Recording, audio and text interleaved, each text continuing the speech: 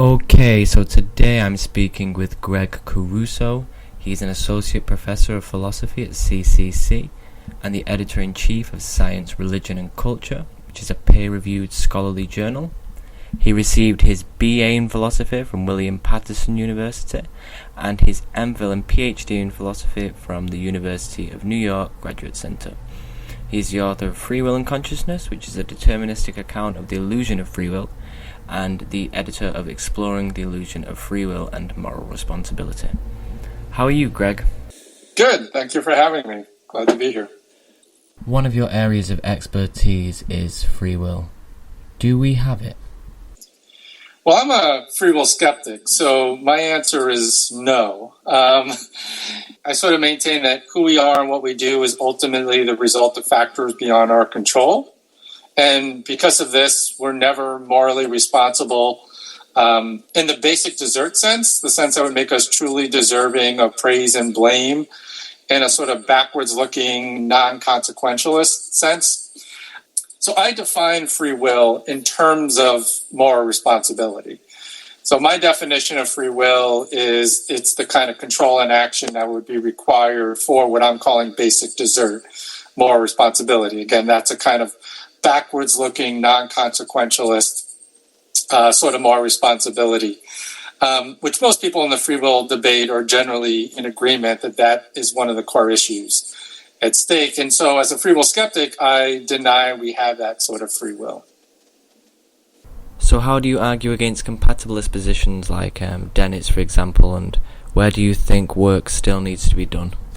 Right. So Dennett's view is a compatibilist view. I have a paper forthcoming, actually co-authored with Stephen Morris at Staten Island, CUNY Staten Island, where we sort of try to argue that Dennett isn't a compatibilist in the traditional sense of compatibilism, or in the sense that we think is of central philosophical and practical importance. So when you get down to the nitty-gritty of Dennett's view, he doesn't actually even attempt to or want to defend what we call basic desert moral responsibility. So Dennett rejects retributivism, rejects a notion of basic desert in the backwards-looking sense. What he seems most interested in is justifying a kind of forwards-looking consequentialist account of punishment.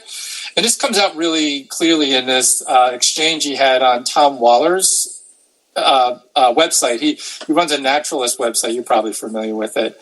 And there was an exchange on Tom Clark's website on naturalism, where there was an exchange on Bruce Waller's book Against Moral Responsibility. And Dennett sort of right at the beginning of that exchange hands over to Waller sort of the basic point of Bruce's argument, which is if that's the kind of moral responsibility we're after, basic desert, we don't have that. So at the very bottom of Dennett's account, I'm not sure how much difference there really is between Dennett and certain free will skeptics, in the sense that the kind of things Dennett wants to defend are generally forward-looking justifications for certain types of punishment. He does hold on to the rhetoric of desert, which I think is really misleading, because most people in the debate would generally associate desert with certain kind of deontological or retributivist components, and Dennett really denies or rejects those. And in fact, he very happily he says, I forget the actual quote, but very happily would like to say good riddance to those conceptions. So Dennett is an odd one. I mean, my general view about compatibilism, however, is that I sort of share Dirk Purenboom's feelings and intuitions here, which is that it's hard to see how the compatibility of free will with causal determination of actions by factors beyond our control isn't different than, say, manipulation. And Purenboom lays out a very famous four-case argument, manipulation argument against compatibilism. I sort of share those intuitions. Unlike Purenboom, I also sort of think that the ability to do otherwise is still a necessary condition for free will, and compatibilists can't successfully account for that ability to do otherwise.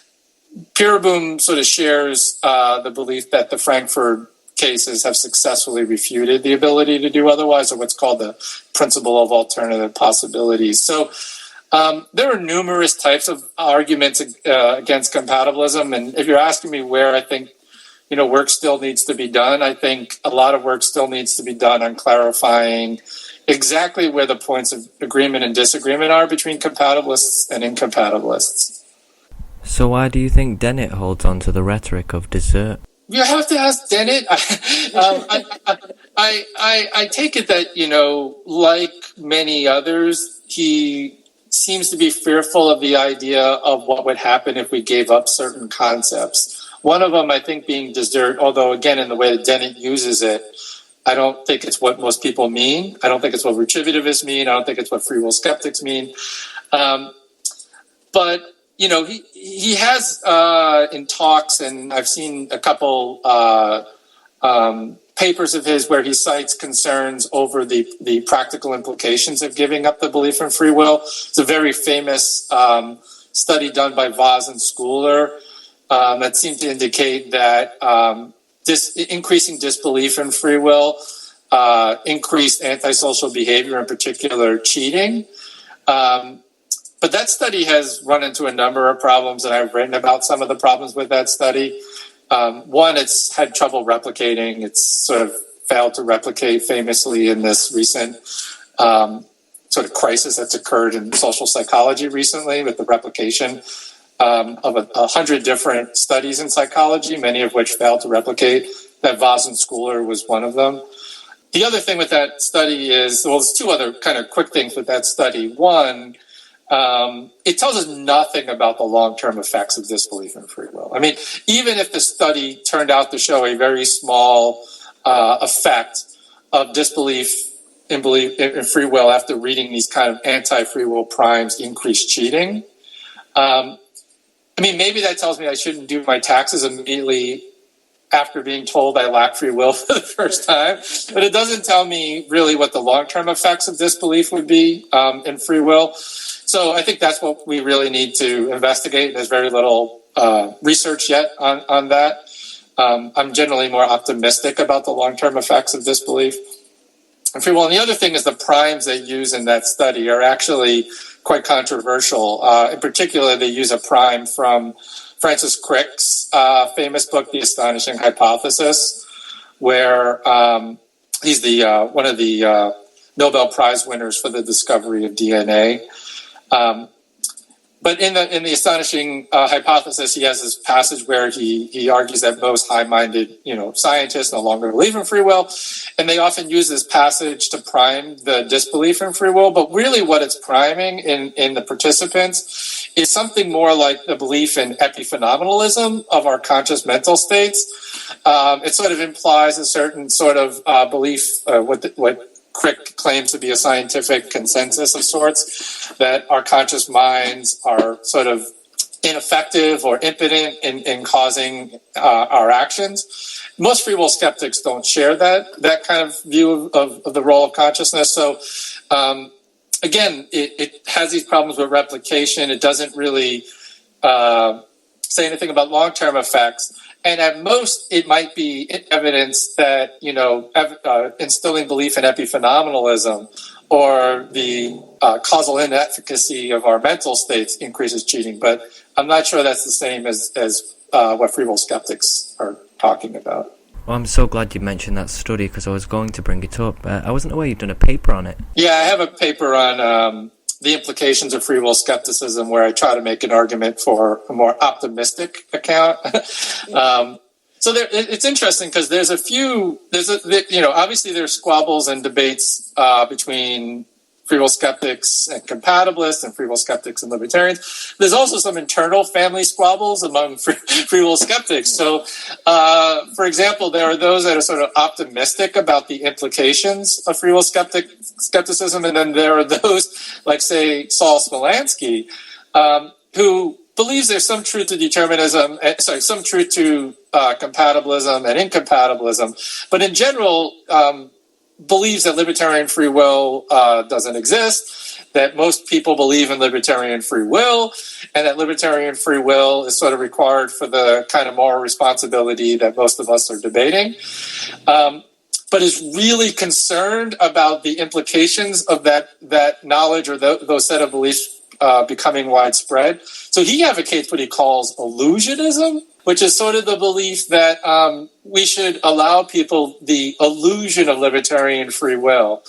And for those of us that are in the know, we should just sort of keep quiet, because disavowing them of those types of beliefs would actually cause, in his view, really detrimental effects societally, interpersonally, maybe even within the legal system. I disagree with his set of concerns about the implications. I'm actually quite optimistic, personally, about the implications. And could you outline a few reasons why you're optimistic? How you go about arguing that? Yeah, so, I mean, this is hard to do in a short amount of time. I'm actually working on a much longer book that's going to investigate and spell out the practical implications of the view. So I have you mentioned the first book on free will and consciousness, and I sort of lay out my main arguments for free will skepticism in there. But I say very little in that book about the implications. So lately, that's really all I've been working on. What would be the implications for punishment, for criminal behavior, for the law, for criminal justice? But critics worry about what would the implications be for interpersonal relationships.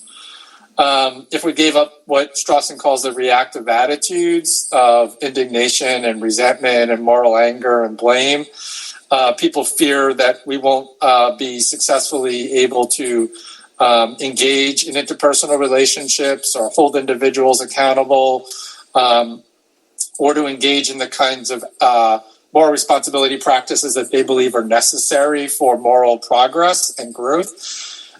People worry about creativity. What would happen to notions like originality and creativity if there was no such thing as free will? People worry, what does this mean for criminals? Do we just let them go free if no one is ultimately morally responsible for their actions? So what I'm trying to do, kind of a holistic project, is systematically go through each of these problems and argue that free will skeptics could deal with them. Either they could preserve what we want to preserve, or they could preserve enough of what we care about.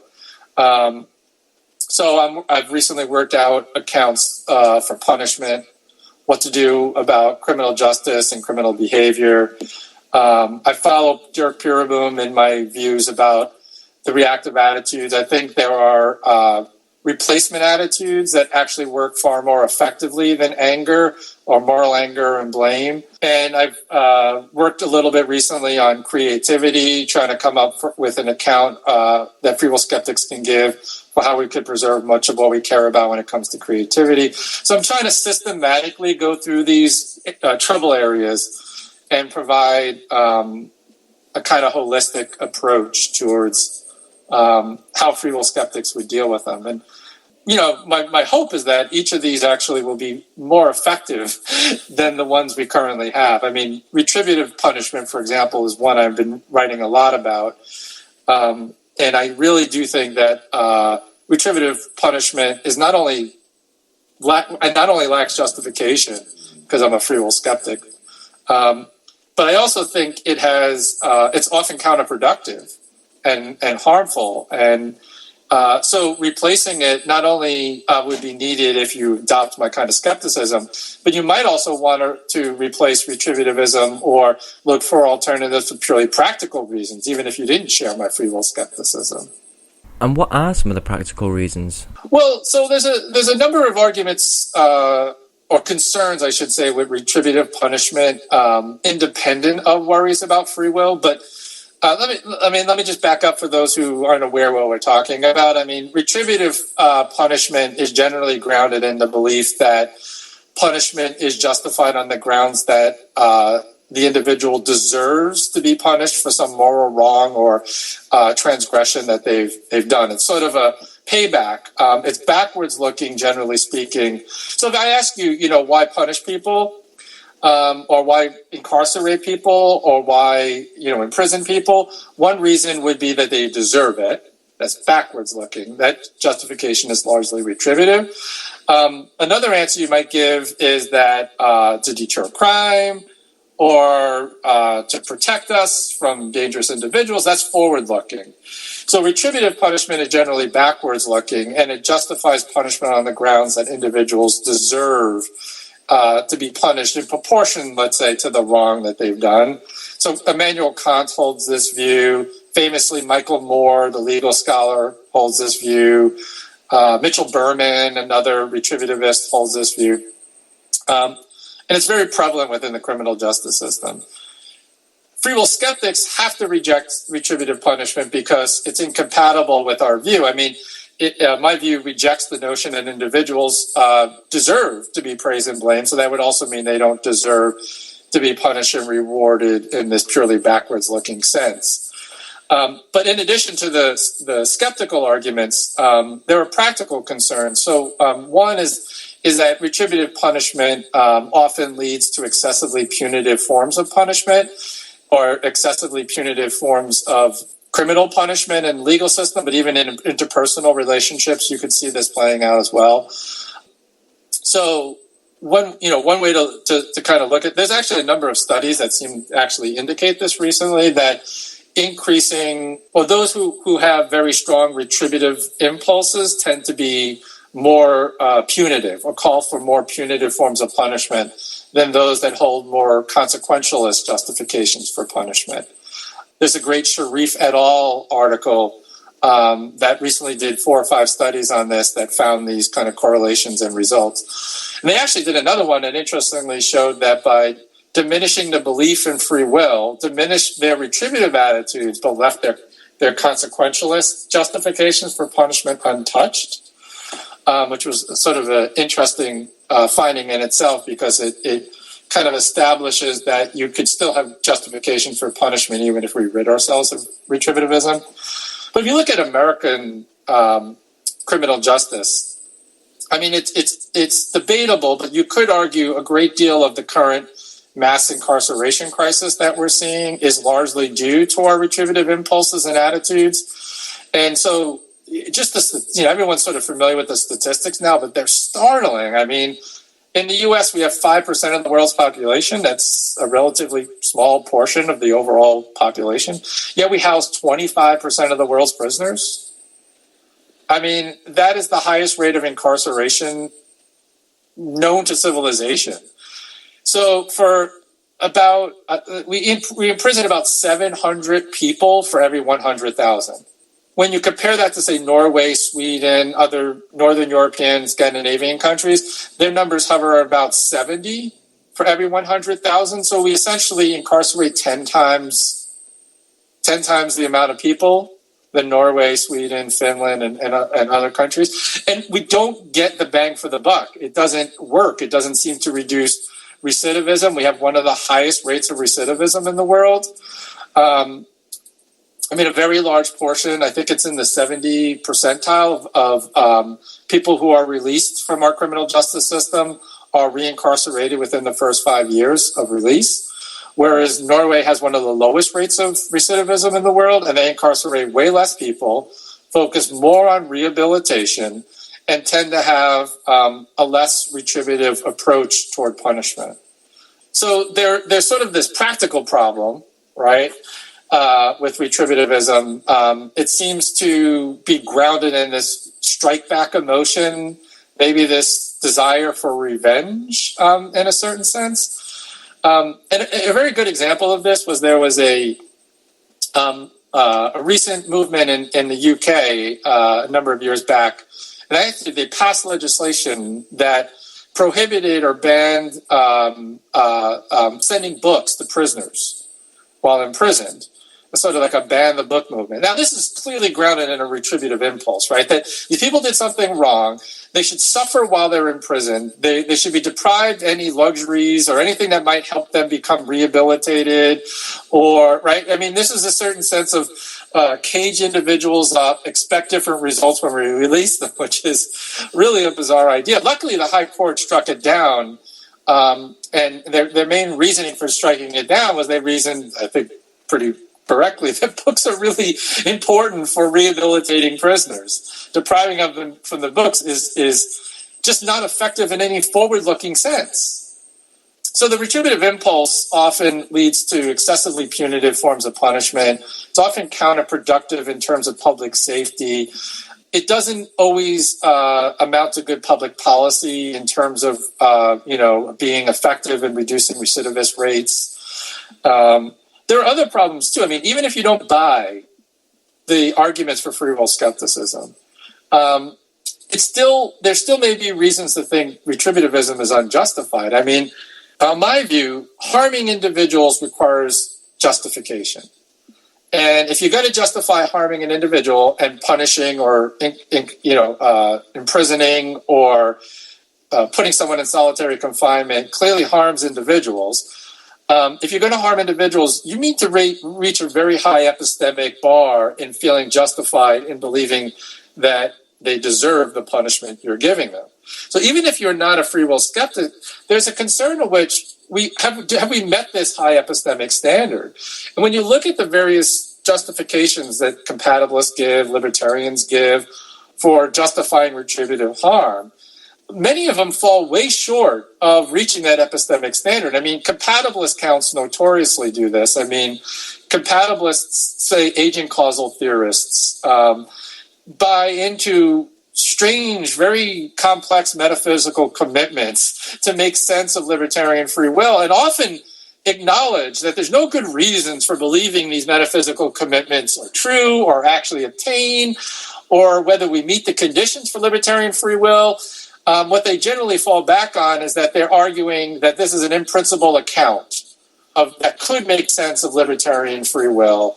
And maybe some even go further and say our scientific counts haven't conclusively refuted the possibility of such accounts. But very few of them confidently claim that these accounts are proven, have high probability of even being true. Compatibilists seem to be on a slightly stronger footing here, but actually when you look at even compatibilist justifications, they may fall short of this kind of epistemic bar as well. I mean, Strawson's view notoriously, for example, starts almost with the assumption that our everyday common practices are justified, and then from there proceeds to argue what attitudes, what treatments would be justified internal to that system, right? But they never really defend the moral responsibility system as a whole, or deal with global challenge. They try to sidestep the global skepticism or attacks. They sort of assume, or I would say beg the question from the get-go, that the practices are justified, and therefore the way we deal with the law, the way we deal with interpersonal relationships, should be based on the kind of rules that govern what Strawson calls the reactive attitudes. But he never really justifies the system; he just takes it as given. So, to the extent that there are still good objections against libertarianism and compatibilism, and that these views haven't been proven, I think the epistemic burden is always on those that want to justify harm.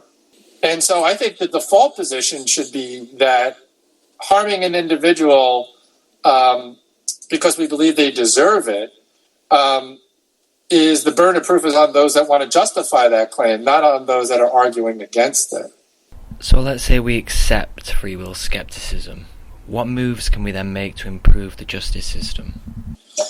Yeah, so I advocate for a view I call the public health quarantine model, and it really is just a extension and development of Dirk Pereboom's initial model. So Dirk Pereboom, by the way, I would highly recommend his book, Living Without Free Will, for people who are interested in this topic. And I think both Dirk Pereboom and Bruce Waller have done the most to advance the kind of issues that I'm trying to advance as well. But so Pereboom starts with this analogy with quarantine. And so free will skeptics maintain essentially that criminals are not morally responsible for their actions in the basic desert sense. But plainly, many carriers of communicable or dangerous diseases are not morally responsible for having contracted these diseases either. So say you get on a plane to go, on an intercontinental flight and you contract Ebola. You didn't do anything that deserves punishment. You haven't done anything morally wrong. You don't deserve, in any backwards-looking sense, to be punished for some wrong you've done, right? But most of us, I think all of us, would feel that we are justified in quarantining that individual for the safety of society. And you could justify that quarantine even without basic desert, even without thinking the person deserves to be punished, right? And the justification for quarantining that individual in this case is basically an incapacitation account based in the right of self-defense. The prevention of harm to self and others justifies us quarantining that individual until they could be cured of that communicable disease. Well, the justification for incapacitating dangerous criminals then would be analogous. It would be an incapacitation account based on the right of self-defense. Without having to appeal to desert or backwards-looking blame or retribution, we could say that dangerous criminals, say a mass murderer, for example, is a threat to society, just like the carrier of a communicable disease is. They could cause a pandemic that kills thousands of people. And so therefore we are justified in incapacitating that individual for the safety of society. Now, my account extends that kind of reasoning and places that incapacitation account within a much larger, what's called public health ethics framework. So in addition to the justifying of incapacitation, my account also has the virtue of prioritizing and highlighting the importance of prevention and issues of social justice. So think of public health organizations. The CDC, the Centers for Disease Control, the EPA, the Food and Drug Administration. The primary function of these health institutions is to prevent foodborne illnesses, to prevent pandemics, to prevent environmental degradation that affects human health. Their primary function is preventative. Quarantine, for example, only comes into play when the CDC fails in its primary function, right? Its primary function is to prevent an Ebola outbreak. When one occurs, yes, you have to turn to, say, quarantine. But too much focus, I think, is often is focused on justifying punishment or sanctions. And I think, obviously, as a free will skeptic, the burden's on me to claim what I'll do. And I think we can justify sanctioning and incapacitating dangerous criminals. But I think I also want to reorient the focus into prevention. And I think this is very consistent with free will skeptics, because free will skeptics acknowledge that the lottery of life is not always fair. Right? We don't all start with equal starting points. We don't all have the same psychological propensities or economic opportunities or the same quality of education or the same educational schooling or a set of facilities and opportunities. And racism, sexism, prejudice, poverty are causal determinants, both of bad health and of crime. And so public health ethics actually focuses a lot on social justice issues because if you look at public health, there are higher rates of diabetes and obesity in certain communities than there are in other communities. We know poverty affects health. We know race has a role in affecting health. We know that, again, type 2 diabetes has much higher rates in African-American communities than in white communities. So we know that systemic inequalities affect both public health and public safety. So instead of putting our focus on creating more supermax prisons and investing in the punishment end of things, my model would focus more on preventing the circumstances that lead to the crime in the first place. So I would prioritize, addressing the systemic causes of crime, poverty, wealth inequality, educational inequity. So prevention and social justice are foundational features of my account that allow us to take a much more holistic approach to criminal behavior. So again, I could justify incapacitation of dangerous criminals. So as a free will skeptic, I'm not just going to let people run free and wild if they're murderers and rapists, but I'm also going to to try to address the problems before they occur, because I know people develop the characters, the predispositions that they have because of prior conditions, some of those that they may be born with, and many of those of which are affected by their early conditions in life through all their life's experiences. And on the rehabilitation side, is there a lot of evidence to show that improved education helps rehabilitation? Okay, yeah. So, right, on the rehabilitation part, I would say a couple of things. I mean, Norway seems far more effective, for example, at rehabilitating people, those that they imprison, than the U.S. system. And that's partly because in the U.S. system, we basically throw people in jail, deprive them of opportunities, educational opportunities, work training, et cetera, while they're there. And like Franklin's definition of insanity, we keep on doing the same thing and expecting different results. There's just pure self-interest in trying to do more to rehabilitate people in prison.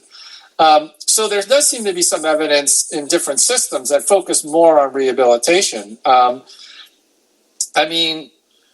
Providing, say, one of the big things that actually statistically you could follow throughout the mass incarceration crisis in the U.S. is when public funding was cut for education within the prison system. So that we're starting to see finally a reversal of this. But a number of years back, it all started in the tough on crime era, actually contribute a lot of that to Clinton, and then continued through the following administrations.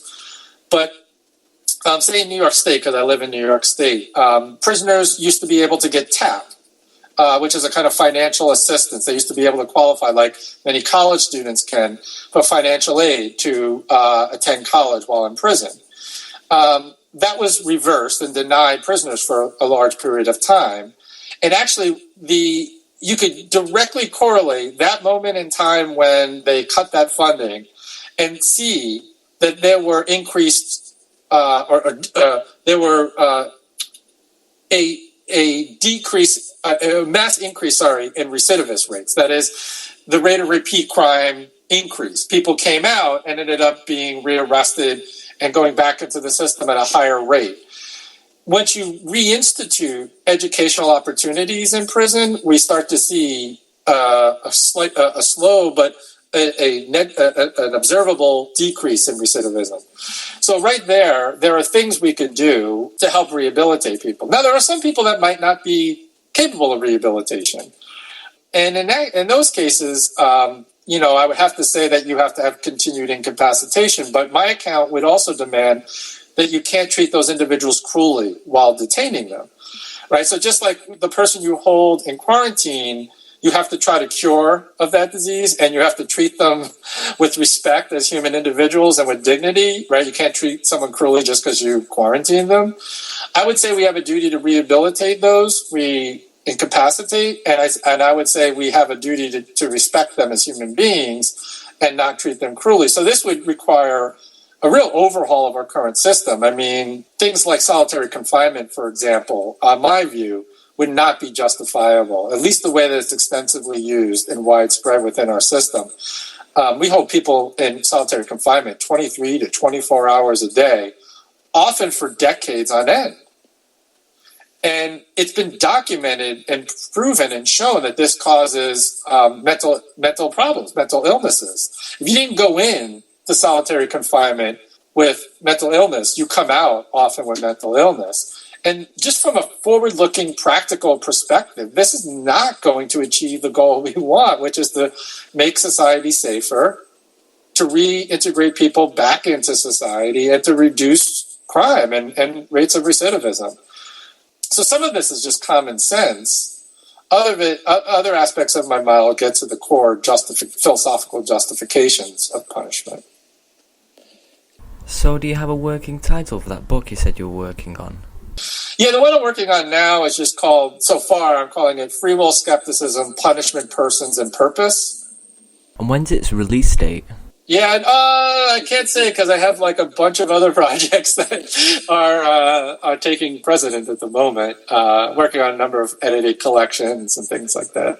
Well, can you mention any of them? You can plug them if you want. The one that's going to be out first is a book called Neuroexistentialism. And it's a co-edited book with Owen Flanagan that I'm working on. So the subtitle is Meaning, Morals, and Purpose in the Age of Neuroscience. So it's a pretty interesting concept and has a really amazing lineup of contributors. People like Dan Dennett and Patricia Churchland and Jesse Prince and Owen Flanagan, Dirk Pureboom, Eddie Nami. It's just a whole Thomas Nettelhofer, Neil Levy. The list goes on and on. And how about yourself? Are you contributing?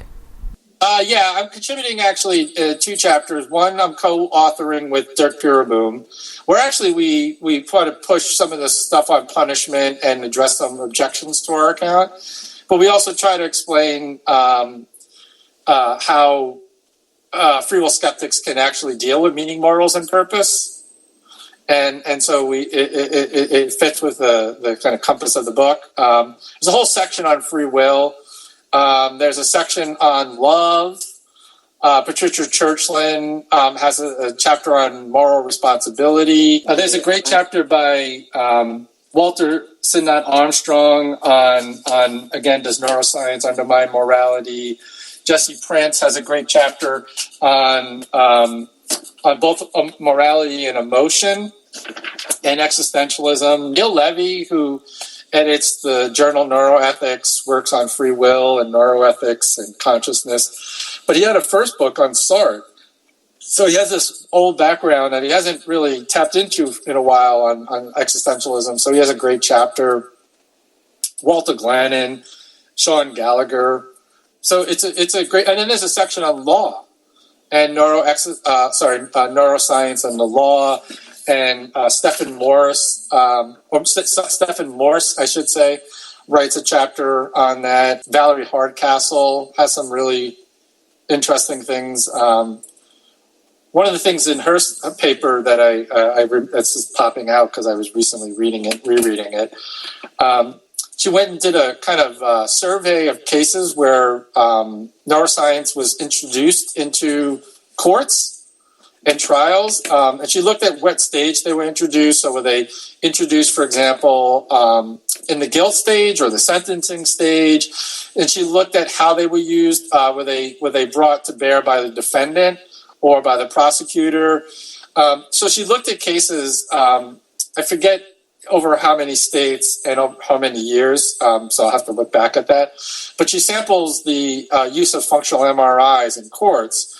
And sees how successful and how they're being used. And so this is the beginning of, I think, a new line of inquiry. And one of the interesting things she finds is that, or initial findings, is that the introduction of functional MRIs seems to mitigate blame or reduce sentences more often in cases of white defendants than for black defendants or African Americans.